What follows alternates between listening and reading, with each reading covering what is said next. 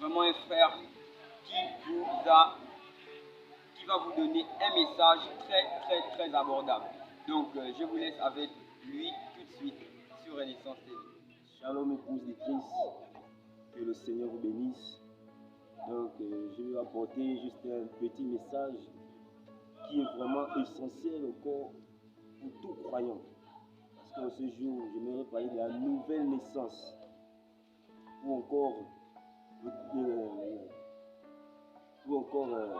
3 étapes de la grâce. Donc c'est sur ce qu'on va un peu parler aujourd'hui. Si vous me permettez, je vais juste lire un passage biblique et nous allons débuter. Je vais prendre un verset dans Jean.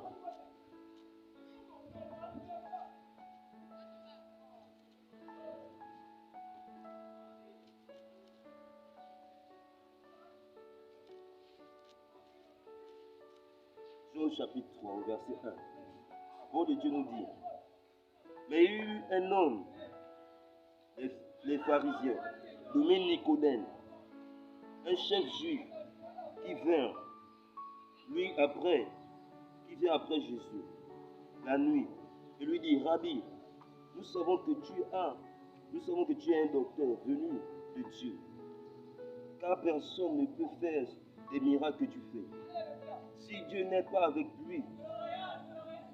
Jésus lui répondit: en vérité, je vous dis, si un homme ne naît de nouveau, il ne peut voir le royaume de Dieu. Nicodème lui dit: comment un homme peut-il naître de nouveau? Comment un homme peut-il naître quand il est vieux? Peut-il rentrer dans le sein de sa mère et naître? Jésus lui répondit: en vérité, je vous le dis, si un homme ne naît d'eau et d'esprit, il ne peut entrer dans le royaume de Dieu. Ce qui est né de la chair est chair, mais ce qui est né de l'esprit est esprit. Ne t'étonne pas, t'ai-je dit. Il faut que vous naissiez de nouveau. Le vent souffle où il veut, et tu n'entends pas le bruit, mais tu ne sais d'où il vient, d'où il va. Je vais juste m'arrêter là. Et nous ne sommes pas de Nicodème, qui venait, il avait entendu parler de Jésus, c'était un pharisien. Et il voulait s'entretenir avec Jésus, il allait dans la veille, ou simplement pour qu'il ne se fait pas remarquer. Parce que les pharisiens et les scribes, c'était des hommes remarqués par le peuple. C'était ceux qui apportaient la parole au temple. Donc, pour voir Jésus, il est allé la nuit. Il a dit à Jésus: je sais que tu es un docteur, je sais que tu es un homme de Dieu. Et Jésus l'a dit: si tu es né de nouveau, tu ne peux voir le royaume de Dieu. Bien-aimé, c'est juste pour te dire, si tu es né de nouveau, tu ne peux voir le royaume de Dieu. Mais Nicodème était étonné parce qu'il voyait la chose charnellement. Il dit à Jésus: comment quelqu'un qui est vieux peut-il encore renaître, aller dans le sein de sa mère et ensuite renaître? Nicodème n'avait pas bien compris. Alors pourquoi Jésus lui dit maintenant: si tu es né d'eau et d'esprit, tu ne peux hériter le royaume de Dieu. Bien-aimé, pour hériter le royaume de Dieu, il faut naître d'eau et d'esprit. Ce qui veut dire, si je peux me permettre, dans Romains au chapitre 10, au verset 8, la parole de Dieu nous dit quoi? Si tu confesses de ta bouche, au verset 10, chapitre 10, au verset 8 à 10, si tu ne confesses de ta bouche le Seigneur Jésus-Christ, désolé, je vais prendre le passage biblique, on va essayer de le lire. Romains chapitre 10, au verset 8. Que dit donc? La parole est près de toi, dans ta bouche, dans ton cœur. Or, c'est la parole de la foi que nous prêchons. Si tu confesses de ta bouche le Seigneur Jésus, et tu crois dans ton cœur que Dieu l'a ressuscité entre les morts, tu seras sauvé. Car son croyant du cœur comparé à la justice, et c'est en confessant de la bouche qu'on parvient au salut.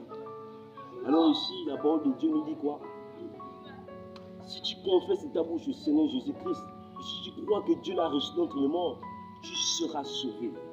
Tu seras naître de nouveau. Tu seras avoir la nouvelle naissance. Et puis au chapitre, verset 10, il dit quoi? C'est en confessant de la bouche qu'on parvient au salut, bien-aimé. C'est cela. Pour avoir le salut, nous devons croire en notre Seigneur Jésus-Christ. Comme je l'ai si bien dit au début, nous allons voir les 3 étapes de la grâce. Dans les 3 étapes de la grâce, nous voyons la justification, la sanctification et le baptême du Saint-Esprit. Dans ces 3 étapes de la grâce, c'est cela qui fait que l'homme soit racheté de Dieu et peut hériter le royaume des cieux. Sans passer par ces 3 étapes de la grâce, bien aimé, tu ne peux être sauvé. Parce que tu dois être justifié par Dieu, tu dois être sanctifié par Dieu, tu dois être baptisé du Saint-Esprit pour arriver à l'adoption et pour hériter le royaume des cieux. Alors, on m'a dit, qu'est-ce que la justification? La justification, c'est simplement lorsque tu confesses de ta bouche le Seigneur Jésus-Christ. Lorsque tu l'acceptes comme Seigneur et Sauveur personnel, tu es justifié. Et lorsque tu es justifié, je peux prendre comme exemple un prisonnier dont il a fait la prison et son casier judiciaire est sale. Mais lorsque on le déclare libre et on le dit que malgré tout ce que tu as fait dans le passé, tout ce que tu as fait, tu as tué, tu as menti, tout cela, on nettoie ton casier judiciaire et tu es totalement justifié. C'est ainsi avec le Seigneur.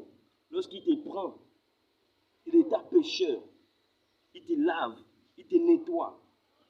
Je peux prendre comme un exemple aussi du verre. Tu peux passer une place où un verre totalement sale, rempli de boue. Et tu prends ce verre, tu pars chez toi, tu commences à le nettoyer. Tu commences à le nettoyer. C'est cela la justification. Maintenant, lorsqu'on parle de la justification,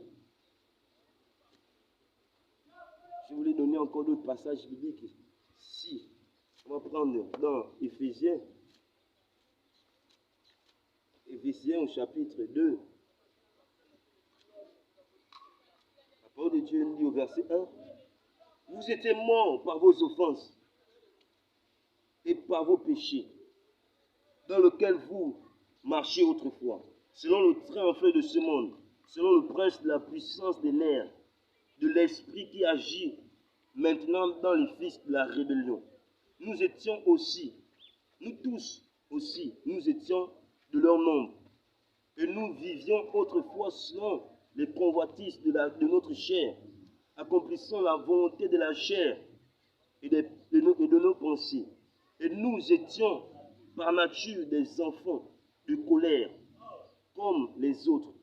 Mais Dieu qui est riche en miséricorde, à cause du grand amour dont nous a aimés,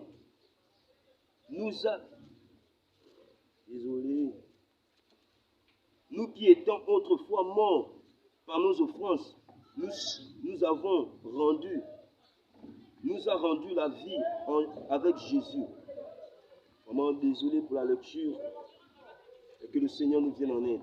Ici, c'est l'apôtre Paul qui parle de l'Éphésiens. Il dit autrefois, on était ténèbres, attirés par le train en fait de ce monde. On vivait selon notre chair, selon notre propre convoitise. Mais Dieu, par son grand amour, par sa miséricorde, nous a donné Jésus-Christ, nous a donné son Fils. Et cet acte-là, c'est cela qui a fait en sorte que l'homme puisse hériter, puisse avoir le salut, en donnant son Fils, en nous accordant cette miséricorde. Alors quand tu reçois son Fils, tu es justifié. Lorsque tu le reçois, maintenant on va passer à la sanctification. Comme je l'ai dit, il y a 3 étapes de la grâce. Il y a la justification, la sanctification et le baptême du Saint-Esprit. Maintenant, lorsqu'on passe à la justification est là pour quoi? Pour te briser. La justification est là pour te tailler, pour enlever ce qui est mal. Dans Jean, au chapitre 17, la parole de Dieu nous dit, Père, sanctifie-les par ta vérité, car ta parole est la vérité. Donc, bien aimé, comme je disais, dans Jean, chapitre 17, verset 17, nous dit, Père, sanctifie-les par ta vérité, car ta parole est la vérité. Il dit cela pourquoi? Parce que ce qui sanctifie, c'est la vérité. La parole de vérité, c'est celle-là qui sanctifie l'être humain. Donc, pour passer, après, lorsque tu as reçu le Seigneur Jésus-Christ, lorsque tu as été justifié, lorsqu'il t'a rendu juste, il t'a rendu sans péché, qu'est-ce qu'il fait? Il doit maintenant te sonder, il doit maintenant te briser. Il te brise par quoi? Par sa parole. Sa parole vient te purifier, sa parole vient te sanctifier.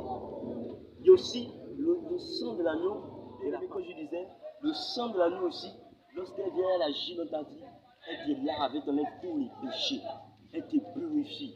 Maintenant, dans le sens où je parle de purifier par la parole, c'est parce que c'est la parole qui vivifie. La parole peut nous dire que la chair est faible, mais l'esprit est bien disposé. Vous voyez? Donc, lorsque la parole vient, elle ne pénètre pas dans ta chair, mais elle pénètre dans ton esprit qui est disposé. Ton esprit est prêt à recevoir parce que ton esprit soupire à l'éternel. L'âme sans Jésus est morte. Mais lorsque tu reçois Jésus-Christ, ton âme vit. Et pour qu'elle continue à vivre, il faut la parole de l'éternel. Il faut la parole de Christ. Donc la parole est là. On a bien lu qu'elle est la vérité qui sanctifie. Donc pour que tu sois sanctifié, que tu sois totalement brisé, pour que le Seigneur voit lui-même en toi, il faut que tu acceptes simplement la parole de Dieu. Lorsque la parole de Dieu dit arrête de mentir, tu dois arrêter de mentir. Lorsque la parole dit d'arrêter de voler, tu dois arrêter de voler. Parce que c'est là où le Seigneur te fait passer par un brisement. Et la parole nous dit qu'il est le potier. Et nous sommes l'argile. Donc il nous donne la forme qui lui plaît. Et comment nous donner la forme qui lui plaît? C'est par sa parole. Tout ce qu'il te demande de faire, tu dois simplement l'accepter. Tu dois simplement vivre cela. Et cela, tu passes par un état de sanctification. Tu te sanctifies par la vérité qui est déversée. Bien-aimé, maintenant on a vu, on voit aussi qu'il y a maintenant le baptême du Saint-Esprit. Parce qu'on a dit, on voit les 3 étapes de la grâce. La justification ne suffit pas. La sanctification ne suffit pas. Pour être un véritable enfant de Dieu, il faut passer par le baptême du Saint-Esprit. C'est le baptême du Saint-Esprit qui fait en nous des véritables fils de Dieu. Sans l'Esprit de Dieu, nous ne sommes pas agréables à Dieu. Sans l'Esprit de Dieu, nous ne sommes pas véritablement fils de Dieu. Vous voyez? Donc c'est cela, bien-aimés. Nous devons arriver jusqu'au baptême du Saint-Esprit pour hériter le royaume des cieux. Donc je vais simplement lire un passage dans Éphésiens. Éphésiens chapitre 1.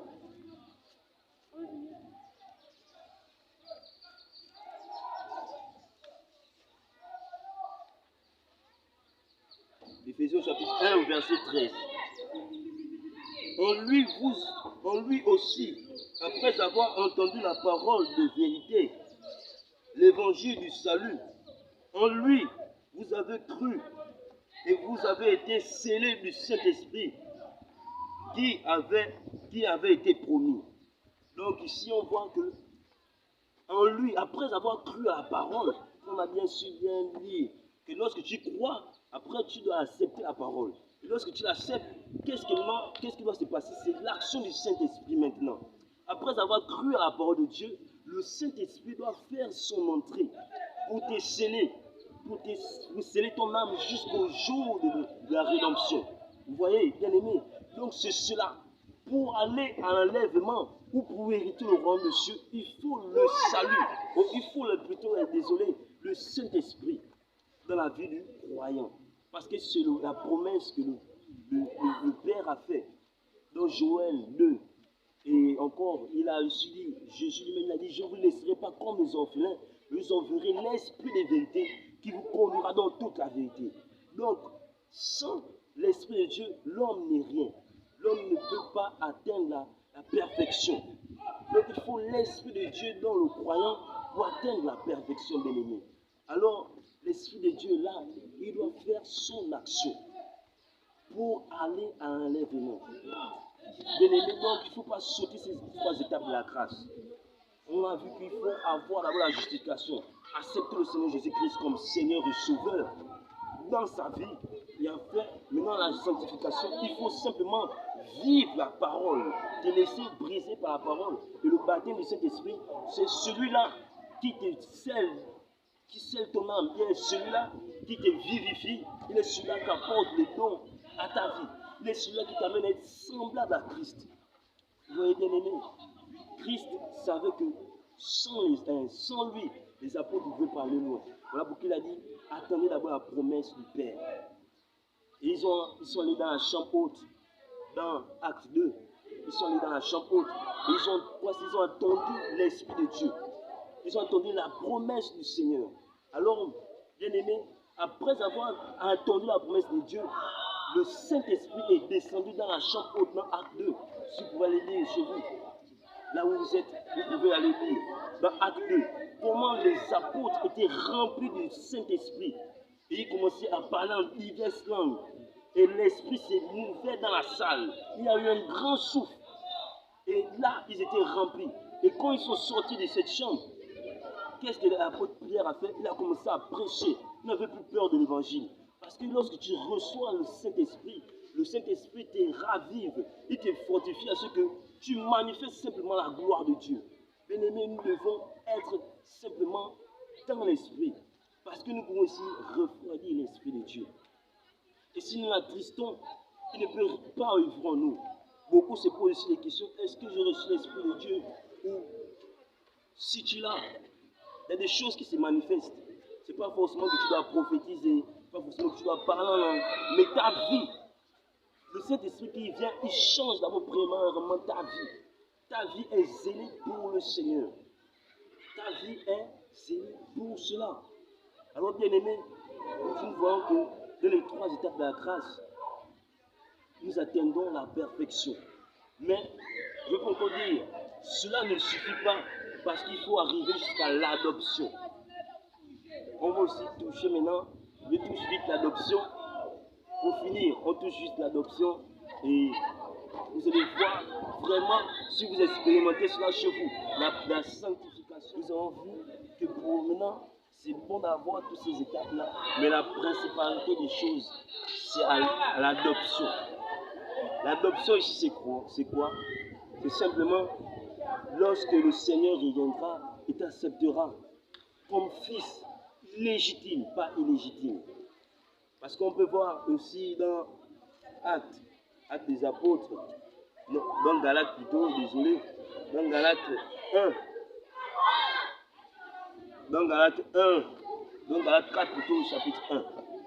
On dit, or, aussi longtemps que l'héritier est un enfant, je vous dis qu'il ne diffère rien d'un esclave. Quoi qu'il soit le maître de tout, mais il est sous des tuteurs et des administrateurs jusqu'au temps marqué par le Père. Nous aussi, de la même manière, lorsque nous étions enfants, nous étions sous l'esclavage des rudiments du monde. Mais lorsque le temps a été accompli, Dieu envoie son Fils, né d'une femme, sous la loi. On voit ici, dans le Galates 4, verset 1, on dit, or, si l'héritier plutôt, est un enfant, il ne diffère rien d'un esclave. Vous voyez, malgré qu'il est héritier de tout, mais s'il demeure enfant, il ne diffère rien d'un esclave. Parce que si on remet, par exemple, bien aimé, tu remets ta maison à un enfant, est-ce que tu es sûr qu'il va s'occuper de cela? Il ne peut pas. Parce que simplement, il aime le désordre, il va un temps, forcément, il aura faim et il ne connaît pas préparer. Alors on ne peut pas remettre quelque chose d'important aux enfants. Donc on voit que les enfants ne diffèrent rien des esclaves. Vous voyez? Donc pour simplement aller jusqu'à l'adoption, il faut être conduit par des tuteurs ou des administrateurs. On dit simplement qu'il faut croître en esprit. Bien aimé, avant le baptême de cet esprit ne veut pas dire que nous sommes à la maturité. Quand nous recevons l'Esprit de Dieu est là pour nous faire croître. L'Esprit est là pour nous faire augmenter la foi. L'Esprit de Dieu est là pour nous faire, je peux dire ça comment, nous amener à connaître toute la plénitude de Dieu. à connaître toute la vérité. Nous devons croître, on ne doit pas rester des enfants qui ne boivent encore que du lait. On doit apprendre à méditer, on doit apprendre à prier, on doit apprendre à être fortifié, on doit apprendre à jeûner, on doit apprendre à prêcher la parole de Dieu, à annoncer l'évangile. Tout cela, c'est pour croître et pour grandir. Alors, simplement bien aimé, là où le Saint-Esprit ne suffit pas, nous devons croître pour arriver jusqu'à l'adoption. Je vais finir avec un dernier passage biblique, tout simplement dans Éphésiens chapitre 4. Dans Éphésiens chapitre 4, verset 10, il faut vraiment le lire à la maison, ça va vraiment vous édifier. La parole de Dieu nous dit quoi dans Éphésiens 4, verset 10? Celui qui est descendu, c'est le même qui est monté au-dessus de tous les cieux, afin de remplir toutes choses. Il a fait don aux hommes, l'un comme apôtre, l'autre comme prophète, l'autre comme évangéliste, l'autre comme pasteur, l'autre comme docteur, pour le perfectionnement des saints en vue de l'œuvre du ministère et de l'éducation du corps de Christ, jusqu'à ce que nous soyons tous parvenus à l'unité de la foi et de la connaissance du Fils de Dieu, à l'état d'homme fait, à la mesure de la stature parfaite de Christ, afin que nous ne soyons plus des enfants, flottants et emportés par tout vent de doctrine, par la tromperie des hommes, par leur ruse, dans le moyen de la séduction, mais confessant la vérité par la charité, nous croissions à tous égards en celui qui est le chef, Christ. Bien-aimés, ici, on voit, il faut vraiment lire ce passage à la maison, Éphésiens 4, verset 10, qui parle encore comment nous devons croître. Il a dit d'abord, il a fait don aux hommes. Il a fait don aux hommes de ces 5 ministères. Les 5 ministères sont là pourquoi? Pour le perfectionnement des saints. Tous ceux qui veulent encore croître, ils ont besoin des 5 ministères. Ou encore, pour que le perfectionnement des saints y soit. Et il dit, la parole de Dieu nous croit, en vue de l'œuvre du ministère et du corps de Christ, jusqu'à ce que nous soyons parvenus à l'unité de la foi, de la connaissance du Fils de Dieu, à l'état d'homme fait, à la mesure de la stature d'un homme parfait.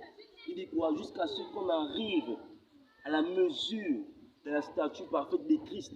Qu'est-ce que la mesure parfaite la mesure de la stature parfaite de Christ? C'est simplement la croissance de l'homme dans sa croissance spirituelle plutôt. C'est cela la mesure parfaite. Il dit jusqu'à l'unité de la foi. Je crois bien, désolé, à l'unité de la foi. Jusqu'à ce qu'on atteigne l'étape d'homme fait. Ici, l'étape d'homme fait, c'est quoi? La croissance. Un homme fait, c'est quelqu'un qui ne peut plus être ballotté par des vents et des fausses doctrines. Il ne peut plus être ballotté par cela. Parce que quoi? Il a eu l'enseignement. Parce qu'il est maintenant assulu. Parce qu'il est maintenant affermi.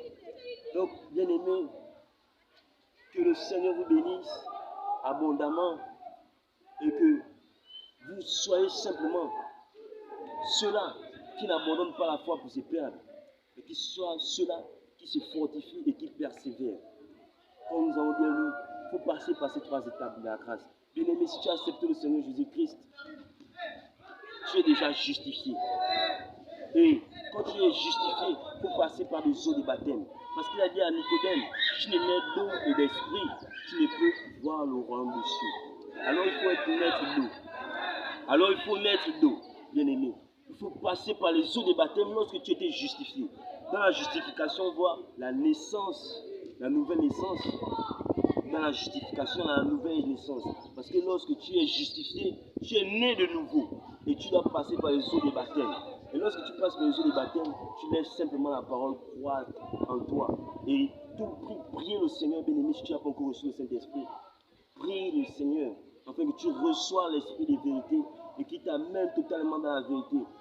Et prie le Seigneur encore pour ta croissance spirituelle, parce que c'est important. Nous avons lu que si un enfant demeure si l'héritier demeure enfant, il ne diffère rien d'un esclave. Alors tu peux être héritier de tout, parce que le Seigneur t'a tout donné. Mais si tu demeures enfant, si tu ne connais pas l'utilité, ou bien tu ne connais pas la mission pour laquelle le Seigneur t'a envoyé sur cette terre, bien aimé, tu ne diffères rien d'un esclave. Alors il faut croître pour hériter du salut, pour hériter de toute l'abondance que le Seigneur nous a donnée. Que le Seigneur vous bénisse. Amen.